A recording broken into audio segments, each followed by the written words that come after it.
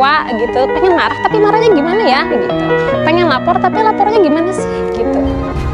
Dalam dokumenter Pesta Oligarki, kita diperlihatkan bagaimana aparat dan pemerintah kadang justru bergerak mengikuti kepentingan orang-orang berkuasa yang seharusnya melindungi rakyat, malah sibuk mengamankan posisi dan kekuatan kelompok elit. Film ini kasih contoh yang nyata, para petani yang protes karena diwajibkan membayar sewa lahan, padahal mereka sudah turun-temurun menggarap tanah tersebut.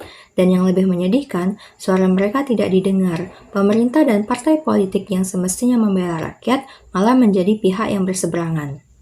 Film ini menunjukkan bahwa kebijakan negara bisa berubah begitu saja hanya karena kepentingan segelintir orang. Pejabat juga mudah pindah partai tanpa memikirkan prinsip, jadi sistem oposisi tidak berjalan. Yang ada hanya kompromi politik yang makin menguatkan oligarki. Dan di bagian akhir, para narasumber memberikan penilaian jujur, yang sebenarnya mencerminkan kekecewaan mereka terhadap bagaimana demokrasi dijalankan hari ini.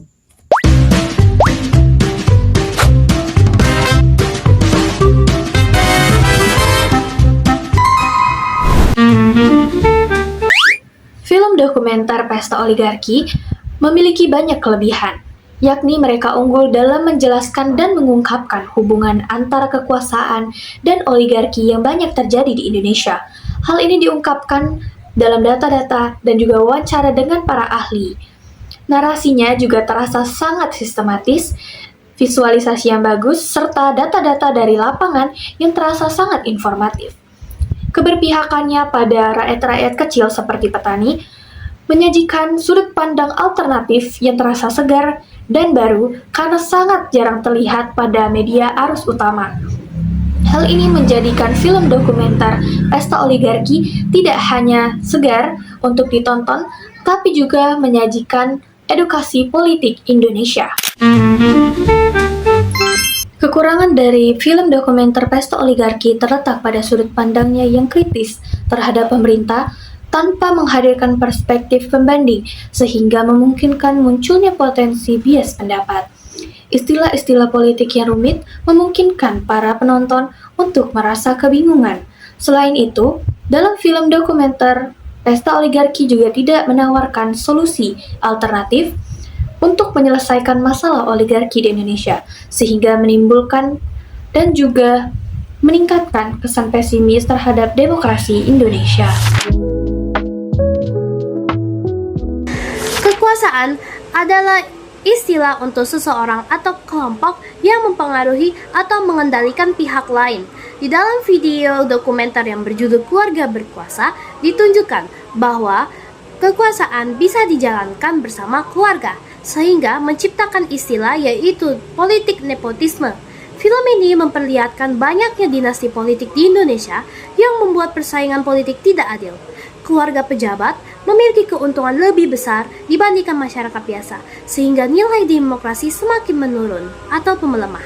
Akibatnya, jabatan publik lebih sering diperoleh karena hubungan keluarga, bukan melainkan kemampuan. Sehingga, akibatnya, hal ini merugikan rakyat kecil karena kepentingan mereka semakin terbabaikan.